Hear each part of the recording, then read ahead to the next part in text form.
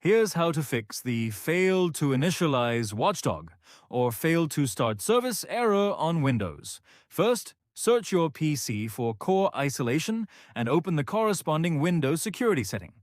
Turn it off, and if Windows asks you to restart, reboot your computer. Next, search for Turn Windows, features on or off, and open it. Look through the list for Hyper-V and Virtual Machine Platform. Make sure both options are disabled. If either one is enabled, uncheck it, click OK, and allow Windows to apply the changes. After that, open your browser and search for the Microsoft Visual C++ redistributable.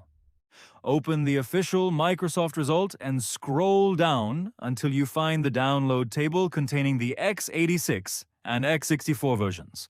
Download both packages and run their installers one at a time. Once they're installed, restart your computer. When Windows starts again, search for Command Prompt, right-click it, and choose Run as Administrator. Enter the following command exactly: pcdedit/set hypervisor launch type. Press Enter, then restart your PC once more. After the final reboot, the watchdog or service initialization error should be resolved. If this guide helped you, subscribe for more quick and straightforward tutorials on step-by-click